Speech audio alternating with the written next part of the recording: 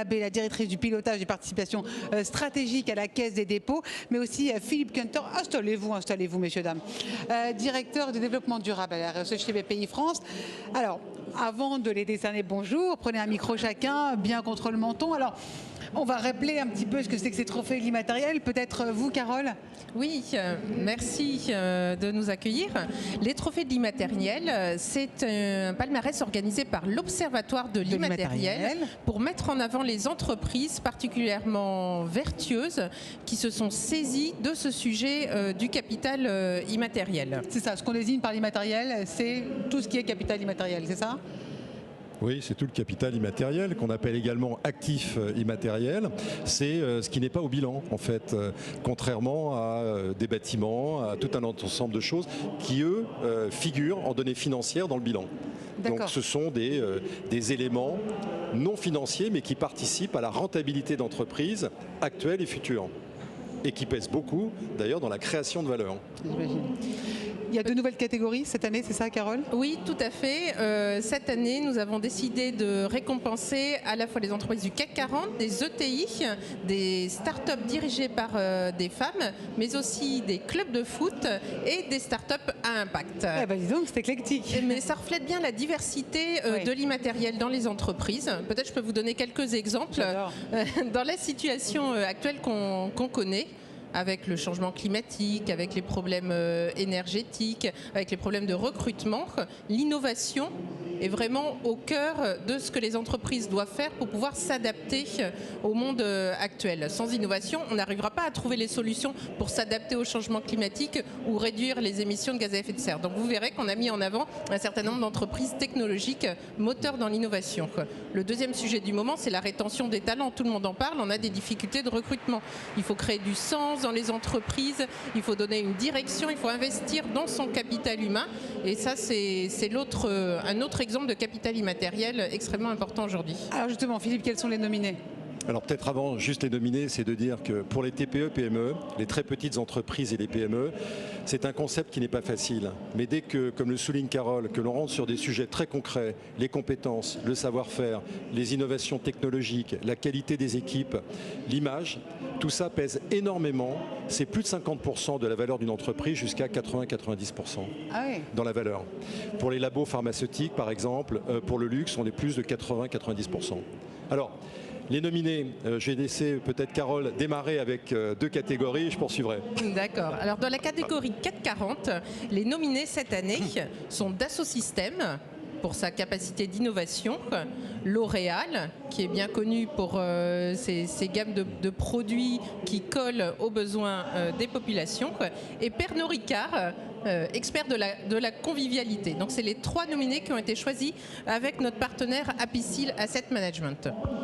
Ensuite, on a une catégorie ETI et les trois nominés qui ont été choisis avec notre partenaire Etifinance sont Soitec dans le domaine technologique des semi-conducteurs, Mercialis dans le domaine des centres commerciaux et Guerbet, une entreprise pharmaceutique.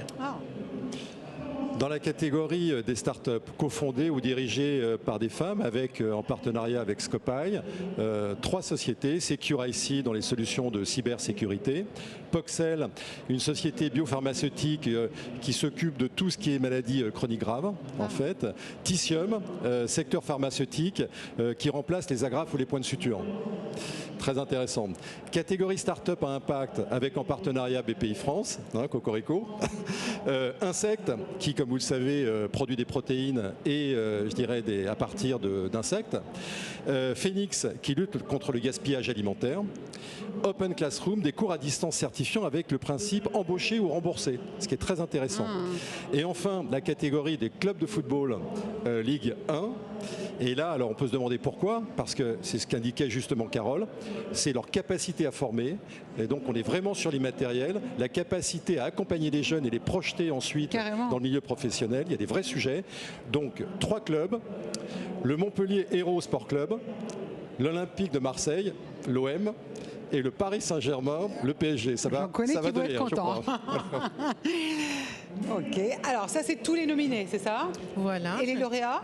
Alors les lauréats seront connus le 1er décembre lors de la Journée nationale des actifs immatériels, qui est la manifestation organisée par l'Observatoire de l'immatériel, l'association dont Philippe et moi nous occupons en tant que membres du conseil d'administration. Donc cette journée qui va permettre de présenter les lauréats. Alors, Carole ou Philippe d'ailleurs, qu'est-ce qui s'est passé pour les lauréats de l'année dernière? C'est une reconnaissance. Alors, je dirais que c'est une reconnaissance de leur capacité à mettre en avant et de manière extrêmement concrète et de le faire connaître, le travail qu'ils font sur les leviers des ressources immatérielles qui devient du coup un capital immatériel. Donc une tribune. Absolument. Et par exemple, un club de foot que je ne citerai pas, qui a été lauréat, qui est plutôt dans le sud de la France, a... Vers le Vieux-Port Vers le Vieux-Port, c'est ça Non, okay. Peut-être un peu plus haut quand même. A montré finalement 2 bilans. Le bilan financier et le bilan immatériel pour n'en faire qu'un. Autrement dit, l'image qu'il projette à travers des actions concrètes d'accompagnement, de formation, etc., se traduit en une valeur qui participe à la valeur de l'entreprise vis-à-vis des tiers. Donc c'est toujours très concret et je dirais c'est un signe de reconnaissance, Carole. Oui, tout à fait. Vraiment, le but de ces trophées, c'est de valoriser le travail qui peut être fait autour de l'immatériel. Voilà. C'est important, et notamment pour les organisations comme les nôtres, Philippe chez BPI France et moi à la Caisse des dépôts, l'impact de nos actions est vraiment au cœur de notre modèle, et donc c'est très important de pouvoir mesurer, mettre en avant, valoriser l'impact de tout ce que l'on fait au quotidien pour la France. Si vous me permettez, c'est juste aussi pour donner un exemple sur le sujet que j'évoquais, les TPE-PME. Il faut des exemples très concrets pour leur montrer ce que c'est et les leviers sur lesquels ils peuvent agir. Rendez-vous le 1er décembre. J'ai hâte d'avoir les lauréats. Merci beaucoup. Merci à tous les deux. Beaucoup. Philippe Kunter, directeur développement durable de la RSE chez BPI France, et Carole Havet, directrice du pilotage participation stratégique à la Caisse des dépôts pour les trophées de l'immatériel le 1er décembre. Le rendez-vous est pris. Merci beaucoup à tous les deux.